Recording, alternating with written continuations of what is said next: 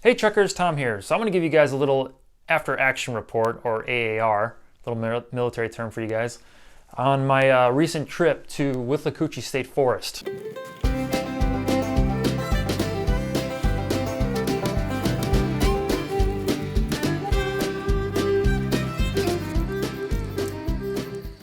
So a lot of you may have known that 2020 was kind of a bummer for backpacking or trips out there, with a lot of cancellations and closures of parks. Luckily, towards the end of the year, things started to open back up, and with no exception to that, we were able to check out a state forest in Withlacoochee, Florida, and do a little backpacking trip. For those of you who are not aware or about camping and backpacking in Florida, Florida is kind of a wild card. The summers are definitely going to be hot, but the winters can get kind of chilly. Not chilly to what a lot of northerners would think too, but if you're living in Florida for years, when you get down to 40s and 50s, it gets kind of brisk, especially with moisture in the air. So one of the issues I was coming across was trying to figure out what to pack for this trip. The weather reports were saying something in the 40s and 50s, which was good. I personally like that weather for hiking. I run hot, so I like cooler weathers. And it ended up turning out to be similar to that scenario. Our plan of attack was to hit the Loop B in Withlacoochee State Forest. The first day would have been 9.2 miles, and the second day 7.1 miles, for a total of 16.3. We figured we'd do this trail because we did this one in the past with our dog, and we didn't want to do something too long where he couldn't handle it. He's done it in the past, so it worked out great. We wanted to explore this trail one more time before the end of the year. Having hit this trail before, we kind of knew where we're going and what the stops were like. That way we can gauge when we're going to take our breaks. I think we generally took about a break every hour or so, and Arlo seemed to enjoy that too. He was so eager to just keep pushing forward. Some of the lessons and things I've learned from this trip. So the first day was a low of 59 in the morning, and that was great. I like the cooler temps. But then in the afternoon, it got a little high. It got around, well, not high, but it got up to around 75, and it stayed up that all the way through the night. And like I said, one of the issues I was trying to figure out for packing is clothing-wise. I ended up packing clothing for cold weather and hot weather. I don't like sweating when I sleep, so I packed clothing for hot weather. That way I can breathe while I'm sleeping and not be a complete hot mess in the sleeping bag. And the second day, surprise, surprise, ended up being a warm one. The morning started out at 72 degrees. It didn't change that much from the night. And then it ended up getting up to 83 around noon. Which leads me to my next point I wanted to mention is I got serious swamp ass, or monkey butt, or whatever you want to call it. Basically, the sweat was building up in my lower carriage, and a lot of that friction between the thighs and the buttocks. I ended up getting a rash, pretty bad rash. Well, not bad rash, but I got some bad chafing, and it was pretty sore, so I ended up putting some cream down there to take care of that. One of the things a lot of people don't talk about is the sweating. So Florida is definitely hot, and I would recommend using some sort of, I've used powders in the past, but they don't really work the best. I prefer a lubricant or some sort of cream to help prevent the friction from burning. Some more issues we came across was Arlo's pack kept having balancing issues. It kept flipping to the side. I thought the reservoir system I created for him would work out fine and keep it in balance. It wasn't until we took a break at one of the caves and I took the water system out to see how it works. I pumped it into a dish, and then I noticed right there that a vacuum was created in the water bladder and would transfer from one to the other. So all the water was transferring from one side to the other side after I pumped it. And this created an issue because it would be constantly lopsided. I ended up figuring I had to probably do a crimp or something that on the line to prevent that from happening. For all the gear that we use, there's probably some stuff we didn't need. My pack weighed about 45 pounds and Nikki's was 35. It's definitely lighter than what we've done in the past. Again, my background being military, so I'm used to carrying a heavier load. In fact, I train for carrying heavier loads. Every time we do these trips, for me, it's kind of a breeze. But there were definitely some things, some luxuries we brought along that I probably didn't need and probably can improve on in the past. Some things I've noticed that I probably want to change for the next trip is maybe researching the trip a little bit more. We brought some folding chairs, which we did end up using, and they're nice to lean back in, but there were some benches at the actual campsite near around the fire where we could have utilized those instead of bringing the chairs. But for me, it was just a luxury item that I wanted.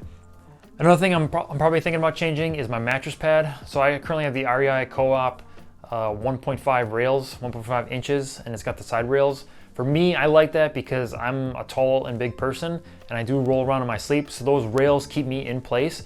And for me, I thought a side benefit is, so if I ever did get a hole in the middle of the night, when the mattress would deflate and like crush down. At least there's still a little padding versus a complete air mattress that has nothing and you're just on the cold ground. Having packed that in my pack, it does have some weight and it does take up a lot of space, so I'm thinking about changing to something smaller and lighter in the future. That's something I'm considering, but again, all mattresses are kind of expensive. I'll probably have to weigh the pros and cons and see what I can find for the next trail, but I definitely want a little more real estate in my pack and less weight, and I feel like the mattress pad would be that next step. So I do the carnivore diet, and when I do these backpacking trips, I try to fall back to like a ketogenic type diet. This trip was no exception. In fact, I tried to maintain the carnivore diet while doing it. So my meals on this trip consisted of beef sticks, beef jerky, dehydrated chicken, dehydrated eggs, pork rinds, and cheese crisps. My concern was it probably wasn't enough because I definitely packed more food in the past. And that's one thing that always bothered me on seeing these backpacking videos and trekking videos on other people online. It's like, it doesn't seem like they eat a lot on these trails. And for me, I'm burning a lot of calories and I'm sweating a lot on these trails, and I definitely need a lot of food. And the amount I packed was just enough. I probably could have had more because there was times I camp at night. I was definitely feeling a little hungry after powering through a pound of beef sticks and the dehydrated chicken. My main fuel source will be fat and protein on this diet, and I try to maintain that as much as I can. Another thing I've learned is we definitely had excess clothing. Again, one of the issues I was having with the pre-planning was determining the weather. So we did pack more than what we actually needed. I probably should have just packed for warm weather, but the issue with that is if I had just warm weather clothes and then it got cold that first night and the next morning it was chilly, we would have been freezing. I ended up just keeping the warm weather stuff on for most of it. Another thing that I brought, I don't know why I brought them, was with my trekking poles. I normally love using them. They're great for traveling, especially in the hills, but I had to remind myself this is Florida and there was not really that many hills. Yeah, there are a few slopes, up and down grades, and some areas near the cliffs. Excuse me, not cliffs, but some areas near the caves.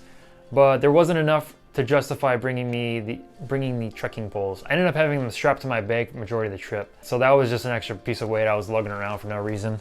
Another thing that I didn't really use that much was my Kindle. I definitely love using my Kindle. I read it every night, and in the past backpacking trips I've done that. But when we got to camp, we pretty much kept ourselves entertained. We brought some dice and played some little card games, things like that, and kept ourselves occupied with the dog.